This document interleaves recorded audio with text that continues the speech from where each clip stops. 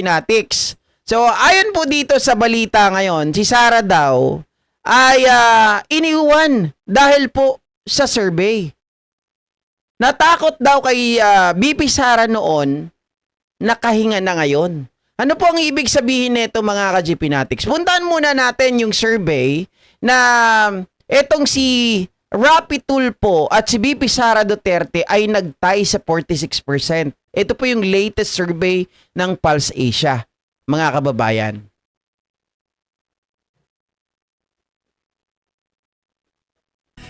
Yung Pulse Asia survey. Ay, naku, nakita ko yan. Teka nga. Grabe! Talaga. Grabing numero yan. Yung nakaupo dito araw-araw. Baka maswerte yung inuupuan ni Jovi dyan, no? Dikit na dikit. No, yung isa dikit din. Yes. Pero yung isa pa, hindi lang dikit, pantay. Oo, equal eh. Sige, pakita natin. O, Ayan. yun. Ito Ito na po pala eh, ang 2028 Presidential Preference Survey po na ginanap noong Feb 27 to March 2 ng Pulse Asia Survey. Kinomission po ito pero hindi po gustong sabihin ng Pulse Asia kung sino nag-commission sa kanila. Pero they release it in sa publiko na po. Ano? At ito po, kung pagtatapatin daw, kung one-on-one, one versus one, Sara Duterte versus Rafi Tulfo, parehong 46%. Oy, Of course, yung remaining is undecided. Oo. 46 and 46%. The rest undecided. Yan po yung tapatan kung silang dalawa. Okay. So, punta tayo sa isa pang tapatan. Maganda pala tong survey na to. Puro tapatan. Ano pa? Sino-sino pa? Pero of course, ayan. Again, 2028 presidential preference noong Feb 27 to March 2 po yung ginanap itong survey na ito ng Pulse Asia Survey. 51% po kay Vice President Sara Duterte, 43% naman po ang kay Leni Robredo. Mahina kami sa math, Chiki. Ilan ang lamang? 43, 8. Yeah. Walang pinanggalingan 8 percentage points. Walang pinanggalingan itong survey nito para makumpara natin. Yeah. Okay, so mga kababayan, ang puntoin lang natin dito yung pagtatay ng survey. Tumaas biglang sumulpot itong si Rapi Tulfo na talagang tinapatan niya itong si BP Sara Duterte. A total of 46% for presidential ng 2028 mga ka-Jeepinatics. Kung titingnan po natin, ngayon ang bali-balita, sabi daw po ng mga nakakaalam ngayon, after lumabas ng balitang ito, si Rapi Tulfo ay nag-46 at si Leni 43% versus BP Sara Duterte. Kaya mas dumami daw ang mga congressman na gustong pumirma sa impeachment dahil nabunutan sila ng tinik. So itong mga ito, mga ka-Jeepinatic, ay nagpapatunay po doon sa analysis natin nung nakaraan na sinabi natin na imbis na bumaba ayon sa kanila dahil ang propaganda nila ay bumaba, mababawasan ang mga boboto, no, para ma-impeach si BP Sara Duterte. Nung mga kababayan, dahil nakita nila yung mga dokumento, nakita nila lahat ng mga ebidensya laban kay BP Sara Duterte. Tapos lumabas pa yung survey na to. Siguro, ito yung turning point para doon sa mga kongresista. Uy, wala naman pala eh. Hindi naman siya ang solid talaga na masyadong malayo ang margin. May pagkatalo pala itong si BP Sara Duterte. So, imbis na tayo ay mag-alala, imbis na tayo ay matakot na naging presidente ito, gagantihan tayo, kalabanin na natin. Kumbaga, decided na sila ngayon na lumabas, magpakita in the open para itong si BP Sara Duterte ay ma-impeach, mapanagot sa kanyang mga kasalanan. Hindi na sila basta-basta nagtatago. At kitang-kita po yan doon sa resulta ng amyendahan po yung committee report. Inayos pa nila ng maayos. Diba? At nung naayos na po ito, ipapasa na yung committee report sa plenaryo at 55 po ang bumoto. Sasabihin na naman ni Malutikia, 67 ang total ng mga members ng Committee on Justice kasama ang ex officio, minority at hindi pa mali pala, hindi kasama yung minority, siya nanggaling yung GP. Hindi, yung 67 members including ex officio. Pero 55 lang ang nandun. So hindi ibig sabihin lahat boboto para ma-impeach si VP Sara Duterte. Nandun na tayo. 'Di ba? Pero yan ay maliwanag na may takot sila. Yung mga hindi bumoto or hindi pumunta, in fact, hindi pumunta. So, masasabi natin, bakit sila natakot? O bakit hindi sila bumoto? Kung talagang sila ay pabor kay VP Sara Duterte na hindi matuloy ang impeachment, bakit hindi nila sinuportahan si VP Sara Duterte? So, maliwanag doon, yung mga dati, mga kababayan, dahil sa nagdagdag pa, no? Nagdagdag pa. Dalawa 53-0 dati, naging 55. So, nagpapakita na to kahit nasabihin mong dalawa lang yan, decided na itong isa na to, o isa o dalawa na to na, ay, ano na kami, mag-open na kami. Talagang decided na kami para lumabas sa madla. Para ipakita namin na dapat manaig ang katotohanan. Dapat manaig ang ebidensya, hindi yung sa tao ka lang dahil kaalyado mo, dahil gusto mo, dahil natatakot ka. 'Di ba? Mga ka-GPnatics, at dahil nakita nila na hindi naman pala talaga solid ang mga tao para kay VP Sara Duterte kasi meron ng sinama si Tulfo. Nagtay sila 46%. Mga kababayan, ito yung latest Pulse Asia survey, no? Na kung saan po, mga ka-GPnatics, ang mga pinagtatanong dito, okay? Yung mga pinagtatanong dito, ayan ayan yung total.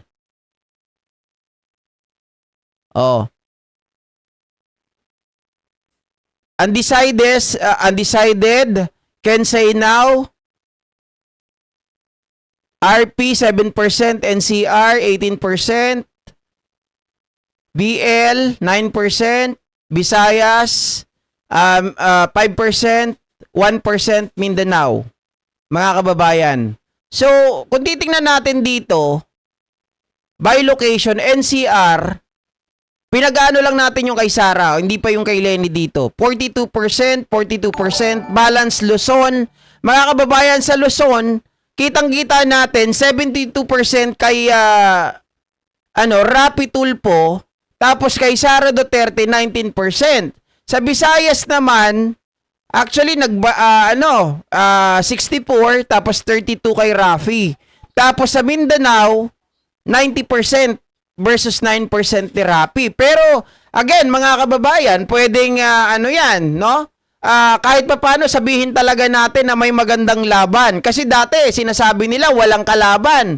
Landslide daw si VP Sara Duterte. Ngayon may tumatapat na. 'Di ba? Hindi mo pwedeng baliwalain ang bagay na 'to. Kaya siguro mga ka-GPnatics, salo-salo na yung emotion ni VP Sara Duterte ngayon na nagwawala. Dahil malaking kawalan nga po, malaki po ang nangyari sa kanilang epekto nung paglabas ng mga ebidensya doon sa Kamara. Doon po sa House of Representatives. Mga kababayan, nahubaran si VP Sara Duterte doon. Yung paglabas ng mga ebidensya na yan, maraming na bumaliktad, maraming na encourage, marami po na nasatisfied doon sa mga inilabas na yon. Dati kasi parang sila ay nag-50-50. Dati sila ay parang hindi makapaniwala na ang sinasabi po nila ginagawan lang daw ng kwento si VP Sara Duterte. Wala daw katotohanan yan. Ito daw ay malinaw na politika lang. 'Di ba? Osnay, thank you so much sa pag-share ng blessing. So ngayon, nakikita na natin, mga ka-GPnatics, na may laban. Kayo ba, kung kayo po ay tatanungin, sino ba ang mas gusto nyo dito? Between the two, si Sara Duterte or si Rapi Tulfo? Please type 1, mga kababayan, kung kayo ay kay Rapi Tulfo. At type 2, pag kayo po ay Sara Duterte, for sure naman, mga kababayan, kapag yan ang usapan, ay dalawa lang, no? Ang pagpipilian nyo, ha? Pero gawin nating tatlo. Gawin natin yung 3 wala sa dalawa ang iboboto nyo. Sige nga, gusto ko lang makita mga kababayan, isa rin po ito sa mga magiging survey natin online. 'Di ba? Hi Mama Os9, hello from UK. Few weeks pa lang ako sa channel mo. Very informative sa pag-hi na mga issues. Thank you so much. Thank you din po sa inyo. Oy, Don Pulube, Bong Benignos, Hershey, Alpi Milares, Line Base, Line Base, Maria Palisok, Jamar Nova, Edith Atinaya, Lilian Robrera, kahit sino daw, wag lang si Sara. So 3 siya. 3 din si Mamalin Arsenas, Rani Shera 3, Ola Lane 3, kay Marlene Valencia 3, Susana Gander 3, Oy, 3. Ayaw nila kay Rapi Tulpo, ayaw din nila kay Sara. Ay, para mas marami yung 3 Sino ba gusto nyo? O kung 3 kayo mga kababayan, ito mas maganda. Kung 3 kayo, sabihin nyo naman kung sino yung gusto ninyo na iboto. 'Di ba? Kung sino yung gusto nyong iboto na presidential. Kasi maraming 3 guys. So ibig sabihin ayaw nila dito sa dalawang to. Pakisabi po kung sino yung gusto nyo. Puro basura, tulpo, away, pamilya lang ang kaya. Sige. Cordapia Makoy. Trillanes daw si Rani Shera. Sino pa yung iba guys? Pag 3 kayo, sabihin nyo na po kung sino yung bet ninyo.